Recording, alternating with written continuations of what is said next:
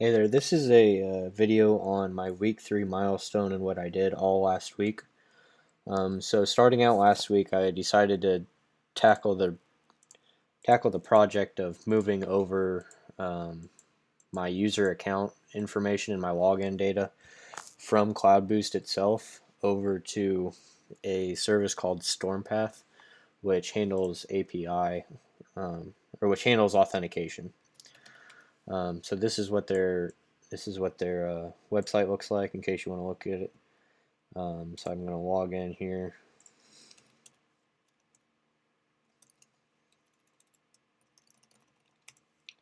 And I'm going to show you a node server that I made, which is running locally right now on my computer.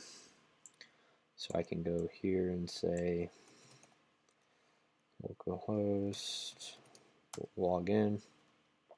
And this is what was made, and this is what's running locally. And this was basically just an experiment for me to figure out how this API is actually working in the background.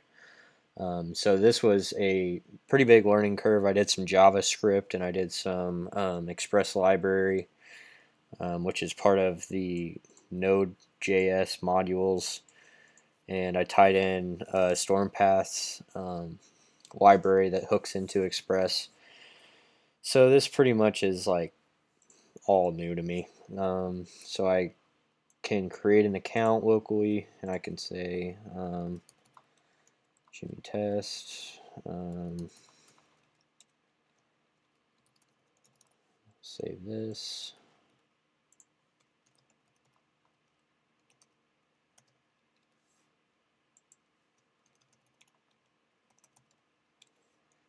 I can create an account, and now it says that my account's been created. So I go over here to my application, go to see, here's where it just put that information. And this was basically a test for me to see how the node server is actually communicating with this table and what I can do with it, and just getting the fundamentals down of how client APIs are actually working and what they're doing and all kinds of different things. So this was a pretty good example as to how things are working. And now I can go here and log in, if I remember.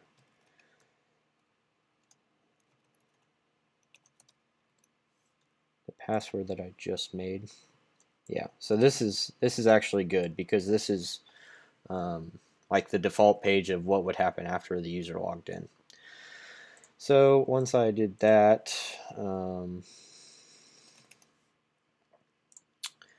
then that took a while because not everything was working up or making sense with relating a node relational server to what this was actually doing and what was it requiring. So that was pretty nice. So that was the first, I would say, 4 days of the week trying to read all the manuals and the readmes and the documentation and watching YouTube videos and just getting my head around how Express is working with StormPath and how they're both combined to work together and do what they're supposed to do. There was a lot of examples. Most of them were useful. Some of them were totally useless. And I've learned that a lot of integration APIs are built strictly for, let's say, what StormPath is looking for. They don't always think about what the outside user needs to do. So they're more self-oriented in what they put out there for people to plug into. So this is my second half of last week, and I didn't get this working until Monday. Let's see, today is Wednesday morning, 12:17. I didn't get this working until Monday, like at 3 o'clock in the afternoon. But essentially what I did was I finally got StormPath imported correctly. I was communicating with the CEO and the iOS developer that made this library and the SDK, asking him why it's not working with the version of Swift that I have, and asking him to find me a version that does work so I can import it and we don't have errors. Okay, once that happened, I was finally able to write these two files. user login, which is this, and the register user, which is all this. These two are pretty good. They're working pretty well. I'm doing some validation, so I wrote that this morning, and we seem to be off on a good start.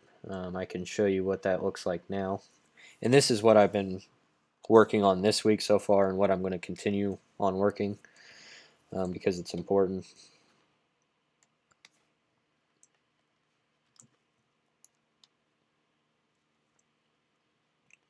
Let me rebuild this.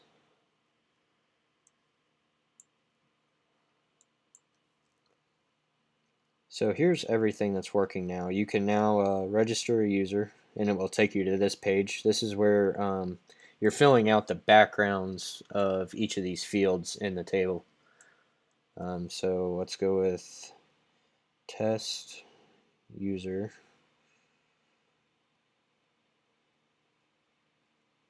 This is a dummy account for now.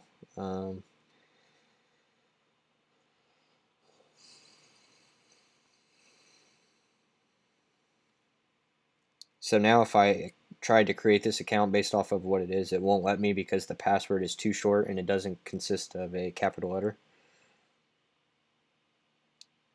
So there you go. It's not at minimum length, which is okay. Which is not okay, which is why it's there to make sure. So so capital H in hello world 123 is the account password. So now I'm going to click create account, and now it's been successfully created, and then it automatically goes back to the home screen since you've just created the account. Now in the storm path table, here it is right here. We're good to go. So now according to this, we are going to prove that the login, I'm going to set a breakpoint here that the user is logged in. This is all if the user is not logged in or if there's an error. Okay, so we're going to go here and log in.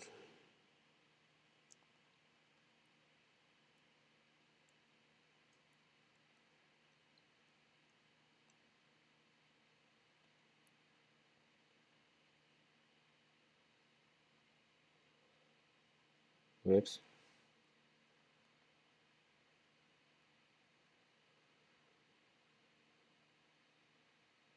Cool. So here's the success boolean that returns true, which means that the person does exist in this table over here, which is good. So the password worked and everything like that. Good to go. And now going back to the application here, I'm going to continue running. Okay. Going back here, I'm going to remove this password, and I'm going to say email me a link. So I hit that button.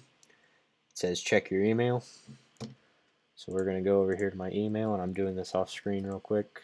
Once I pull it up, I'll show you.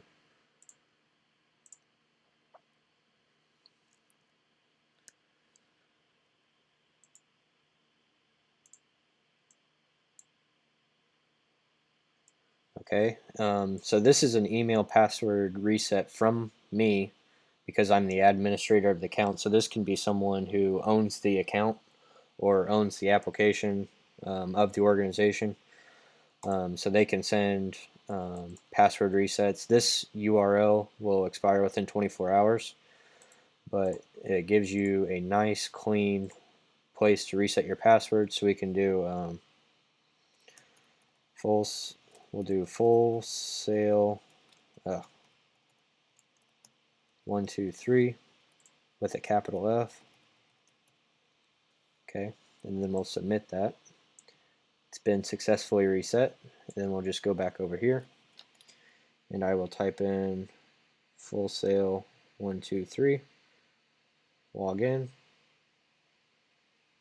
Did I hit it? There we go. And there's no errors. The user is logged in because that person is in the table and it recognizes that, which is good to go. Right now, The Facebook button that you see here is still under construction. I know it looks like just a normal button. I'm doing it without the Facebook SDK, which requires a social provider login.